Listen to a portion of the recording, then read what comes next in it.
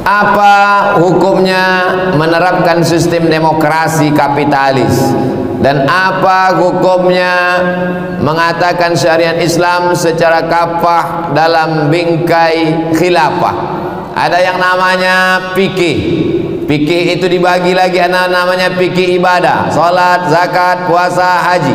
Ada lagi namanya fikih muamalat, jual beli, dagang, mudharabah, bagi hasil, murabahah, permodalan, musaqah, sewa menyewa, gadai menggadai, menghidupkan tanah untuk pertanian. Ini namanya fikih muamalah, ekonomi. Ada lagi namanya fikih jihad. Siapa yang akan diangkat menjadi panglima jihad? Siapa yang itu kafir harbi, siapa kafir zimmi? Siapa yang non muslim tapi tetap dijaga darahnya? Ada namanya fikih siyasah, disebut juga dengan siyasah syar'iyah, disebut juga dengan min fiqhid daulah, disebut juga dengan fiqhul khilafah. Ditulis oleh ulama mazhab Syafi'i, meninggal 450 Hijrah. Namanya Imam penarang kitab Al-Hawi Al-Kabir. Itulah dia kitab yang ditulis berjudul Al-Ahkam As-Sultaniyah, Imam Al-Mawardi. Al-Ahkam, hukum-hukum, As-Sultaniyah, tentang kekuasaan. Bagaimana cara mengangkat pemimpin? Wa amruhum syura bainahum, bermusyawarah di antara kita. Bagaimana cara mengangkat ulil amri? Nama orang yang bermusyawarah itu namanya ahlul halli wal aqdi, karena tidak sama antara suara orang yang berilmu dengan orang yang tidak berilmu. Sedangkan dalam demokrasi tak ada beda antara suara diplomat dengan penjual tomat. Penjual tomat jangan tersinggung, nanti takut saya asosiasi penjual tomat melaporkan saya pula. Itu sekedar perumpamaan saja. Maka orang-orang yang berilmu, orang-orang yang cendekiawan, orang-orang yang alim ulama bermusyawarah untuk mengangkat pemimpin. Lalu pemimpin tadi punya wajib 5, 10. Begitu dalam kitab Al-Ahkam As-Sultaniyah. Menjaga perdamaian, mendamaikan orang yang berkonflik, menjaga agama dari kesesatan, menjaga orang susah jangan sampai tak makan.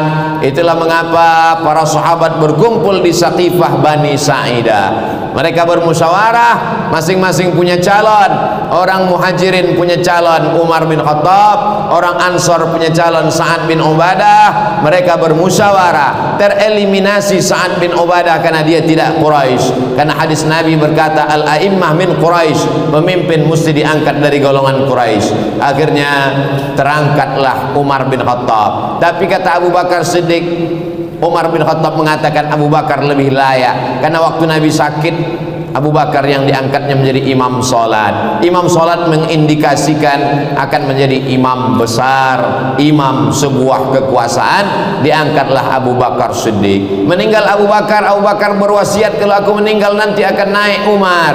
Umar pun naik. Meninggal Umar bin Khattab, Umar tidak meninggalkan wasiat. Sahabat berkumpul bermusyawarah. Lalu kemudian tinggal 6 orang. 6 orang menetapkan naiklah Utsman bin Affan. Sayyidina Utsman meninggal terbunuh, ditikam oleh Abu Lu'lu'ah. Umar bin Khattab meninggal, Utsman meninggal, Umar bin Khattab ditikam Abu Lu'lu'ah Majusi. Lalu kemudian Utsman bin Affan dibunuh sedang membaca Al-Quran. Lalu kemudian bermusyawarah, diangkatlah Sayyidina Ali.